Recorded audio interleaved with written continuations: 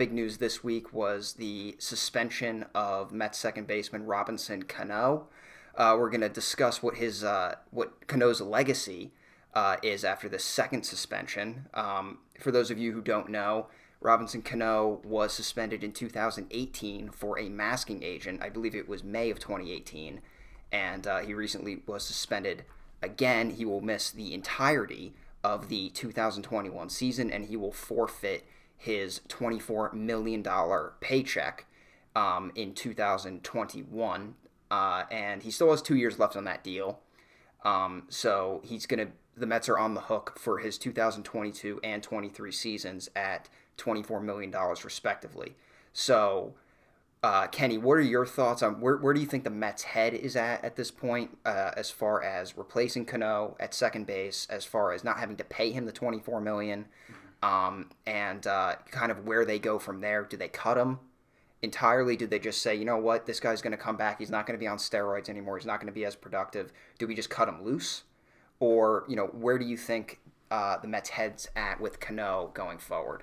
Well, I feel like the Mets are actually happy that this happened for this season, because that's $24 million that they don't need to pay him anymore. And he's 37 years old. He's an aging second baseman. He had a good year last year, but I don't know if you can really expect him to do that again. So that's $24 million off the books they can put towards 3 other big free agents. And they just got Steve Cohen as their owner, and he's going to be coming out there with a bang this offseason, because you know that a lot of other teams aren't going to be spending. You have Steve Cohen that wants to come in there and spend some money, because the Mets haven't done that in a long time. So you have $24 million additional off the books. They can go after guys like George Springer. They can go after a guy like Real Muto, Trevor Bauer, and now they have more money to do so. So I think the Mets are happy about that. With regards to him, his next 2 years, I could see them potentially trying to offload him. I don't know if they would buy him out or if they could try and trade him, but they wouldn't get much for him, obviously. But I don't know how they could go about that, but they might look to do that if it's realistic. So I feel like that's pretty much like how the Mets, what their perspective is on it. Yeah, I think there's a decent chance that they just entirely cut him loose. But, I think you hit on it. The Mets have $24 million that they can now allocate towards, not only maybe signing a guy like Bauer, but now also getting a guy like Springer to put into that lineup, or Real Muto. I expect the Mets to sign one of the top free agents, or, one of the top free agents, and make a big trade like acquiring Francisco Lindor, or maybe they can even make a deal for Arenado. I know Arenado's name's been thrown around, but now you have $24 million where you can put towards that. The Mets with Stephen Cohen, I don't think they were hurting for cash at this point anyway. But at the end of the day, I think this is a gift for the Mets. Yeah, I feel like overall, I could actually see the Mets going out and getting at least 2 of those big names, maybe even 3. Do what they did in like 04, 05, 06, where they just sweeped up a bunch of big names. And especially with teams not really spending as much this offseason, like that's generally what the word's been so far, that teams might not spend as much. The Mets might just come in and just sweep the board up, and they might just get 3 big guys. So I could see that as a possibility. So the Mets are looking pretty good right now. Yeah, how do you think the other owners feel about this? Like, they just got swamped in 2020. Because Cohen wasn't there. He's coming in now. He didn't have all of those losses that all these other teams had. Could you imagine if Stephen Cohen came in and just blew out of the water for Springer, Bauer, and maybe LeMahieu or a guy like that, and just completely throw the offseason on its head? And I mean, if I'm another owner, I'm like, you've got to be kidding me. Yeah, I could definitely see that happening. And yeah, Cohen's looking to make a splash, as we said earlier, so I could definitely see him doing that. Something like what the Yankees did in 2009. You just come in and sweep up the board, you overpay everybody. And Cohen might look to do something like that. All right, so let's kind of switch gears a little bit and talk about Cano's legacy in Major League Baseball at this point, because, I don't know about you, but I saw Robinson Cano as a first ballot Hall of Famer, one of the best second basemen to ever play the game. There's only a few guys at that position that I would rank ahead of him. Guys like Joe Morgan and Jackie Robinson were a couple names that came to mind as guys who were better second basemen all time in the history of baseball. So, I mean, Cano was a perennial MVP candidate. He was a middle-of-the-order hitter. He was very consistent over the course of his career. This is a guy who won a World Series and, was on his way to 3,000 hits, was on his way to 350 career home runs, was considered a very good defensive second baseman, and a guy that a lot of guys liked in the clubhouse. He was considered a hard worker. What do you think this does to his Hall of Fame chances and Cano's legacy as a Major League Baseball player? I definitely feel like after getting caught 2 times with steroids, I think it's definitely out of the question, the way it stands right now, that he would get elected to the Hall of Fame. That could change, though, if they start bringing guys on that tested positive. But it definitely hurts his chances, almost fully eliminates him. And it also really hurts his legacy because he was thought of as Justin said, one of the top second basemen of all time, well on his way to 3,000 hits, well on his way to 400 homers, very consistent year after year. Basically, he was like a shoo-in to be a first ballot, like at least a Hall of Famer. I don't know about shoo-in for a first ballot, but kills his legacy completely. And I don't really see how he can recover that. Even if they started bringing people into the Hall of Fame that tested positive, it still hurts his legacy because now he's just thought of as that guy that tested positive twice. Yeah, especially if he goes out like this. Yes. Like if he never plays another game in baseball, he's going to be the guy who left the game because he tested positive for a second time. Yeah. At his age, 38, 39 season? Going into his 39 season? Going into his age 38. 38 season. So, I mean, kind of like how Marlon Byrd left the game a few years ago. It was his second positive test. Now, Marlon Byrd was a nice player. He was not Robinson Cano. He was not the guy who was in the middle of the order for over a decade who was leading his team, trying to lead his team to the postseason. Mm-hmm. So I think it's a little bit different with Cano than maybe any other player. Definitely. Where a positive test of suspension essentially ended his career. Mm-hmm. That's kind of what you're going to think of when you think of Robinson Cano. And it kind of got that way with A-Rod towards the end. The injuries and then the 2 steroid tests in a row. And A-Rod had like 3 or 4 years where he was able to try and revive his career. And he got over the hump a little bit, but he's still thought of as the guy with steroids. And, I mean, he was another level from Cano, but it's a similar legacy there where they're going to be looked at like that. Yeah, I mean, I think there's a chance Cano gets in down the road, especially if Bonds and Clemens get in the Hall of Fame. If it gets to the point where it's like, okay, we have these known steroid users in the Hall of Fame, like if Ortiz gets in, Manny Ramirez, Gary Sheffield, A-Rod, Cano, Clemens, at that point, it's kind of like, okay, well, we're done penalizing guys for taking steroids. We're going to look at your entire body of work on the numbers, based on the numbers solely. Were you a Hall of Fame caliber player?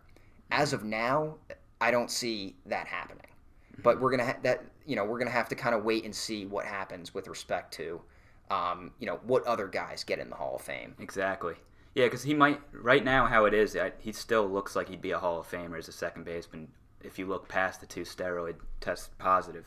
But yeah, that's completely correct. That's basically only if other guys, the main guys, get in, would he have any shot.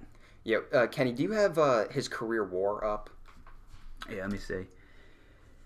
Career WAR on Baseball Reference is 68.9. Yeah, see, that's right in line with what you would expect a Hall of Famer. Somewhere in the 60 to 80 range is typically what it takes for a Hall of Famer. Now, there are guys that are obviously below that are in the Hall of Fame, different circumstances typically. A guy like Sandy Koufax doesn't have the 60 magic number to be in the Hall of Fame or to be somebody who's considered to be in the Hall of Fame. But yeah, I mean, Cano's entire body of work, whether you want to look at his numbers, kind of the old school numbers, home runs, batting average, RBIs, he's a Hall of Famer. If you want to look at the more analytic sabermetrics numbers like wins above replacement, OPS plus, I mean, this is a guy who has a career 126 OPS plus. So, he's definitely in that conversation from an offensive standpoint. All right, now Cano from the Yankees' perspective, because they took a lot of heat back in 2014 for not signing him once he hit free agency. And, what are your thoughts on the decision for the Yankees to stay at 7 years, $175 million, and not go to that 10 years, $240 that the Mariners were willing to go to land Cano? Looking back on that, how do you think that looks from the Yankees' perspective? Well, I think right now, based on if they gave him a 10-year deal, it definitely, hindsight now, it definitely worked out because now he got caught with steroids twice.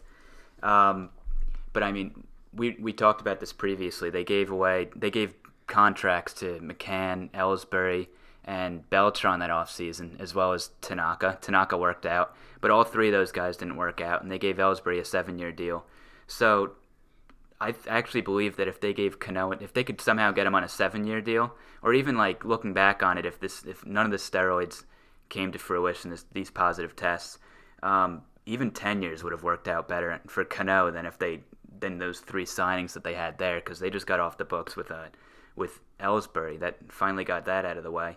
So I feel like looking back on it now, hindsight definitely worked out for the Yankees, but without steroids, I don't know if it would have worked out necessarily. Right. I mean, it looks good now because Cano, with the 2 positive tests, I mean, he's likely not going to play. In my opinion, I don't think he plays another game in the major leagues. So for the Yankees, it looks like, wow, what a great decision not to sign Cano. But then you look at, well, what did they do instead of signing Cano? They got Jacoby Ellsbury, one of the worst contract signings in the history of baseball. I mean, he played 4 of his 7 years and barely played the years that he was actually on the field. Yeah, he was always hurt. And he wasn't even that productive. Yeah, I think his best year, he had a 3.7 WAR. I mean, this was a guy who was making $22 million a year. He didn't even have one great season for the Yankees. Yeah, that signing was terrible overall. I mean, that was just... And it kind of, to me, it didn't make sense at the time. How many times does it really work anyway when you're going to bring in a bunch of free agents and, that's kind of be the team that you roll with? They signed Ellsbury, they signed McCann, and they signed Beltran. Basically, they brought in a leadoff hitter, a 5-hitter, and a 6-hitter to kind of bring in that lineup together. And I remember you saying at the time, it was kind of a head-scratching decision. So while it looks great that they didn't go for the 10 years for Cano and they let him go at the end of the day, saying that 7 years later it looked like a good decision, at the same time, it kind of negates the brilliance of letting Cano go when you turn around and sign 3 players where you really didn't get a whole lot out of them. And I also think the signing of McCann, I think that's something the Yankees should look back on in history and see that shows that it's difficult to sign a catcher to a long-term deal, especially when they're already 31 going into their 32 season. And this is going off topic a little bit, but it's similar to like Real Muto this offseason. He's the same kind of guy. They had similar numbers throughout their career, Real Muto and McCann, and they're hitting free agency in the same year. So I think the Yankees should look at this, and I don't know if they should necessarily go after Real Muto with the same kind of contract they would ever give McCann if they're looking for that in free agency. But yeah, that's just like a side point there. But yeah, overall, I think that overall, I feel like with Cano, I mean, 10-year deal. That's no matter which way you look at it, the Yankees didn't want to give him 10 years, and I don't think that it's a great idea to ever give a player that many years. Even going off topic again, even a guy like Mookie Betts, I think that's a bad contract. It really worked out this year. They won their championship, so it's tough to say that that's not good for the Dodgers because they already won a World Series. But I think that you might see a drop-off in numbers next year, maybe the year after. And then by year 5 or 6, they might want to get the hell out of that contract. Yeah, I mean, we've seen 10-year contracts before. The only 10-year contract that I can think of that has worked out, or, even like an 8-year contract. Let's talk about like 8 to 10-year contracts. The only contract that I think ever really worked out was, and it didn't work out for the team that signed him to it, was the 2001 A-Rod contract with the Texas Rangers. He signed 10 years, $252 million, and at the end of the day, he won 3 MVPs during that 10-year stretch. Yeah, that worked out. And if you ask me, he should have won 6 MVPs during that 10-year stretch. So, other than that contract, I really can't think of an 8 to 10-year contract that was given to a player in free agency that really worked out. Now, there's been 10-year extensions before. Jeter got a 10-year extension going into the 2001 season. That worked out. But, these were deals that did eat up part of their pre-free agency service time. And they were typically contracts that were signed by guys, 25, 26 years old.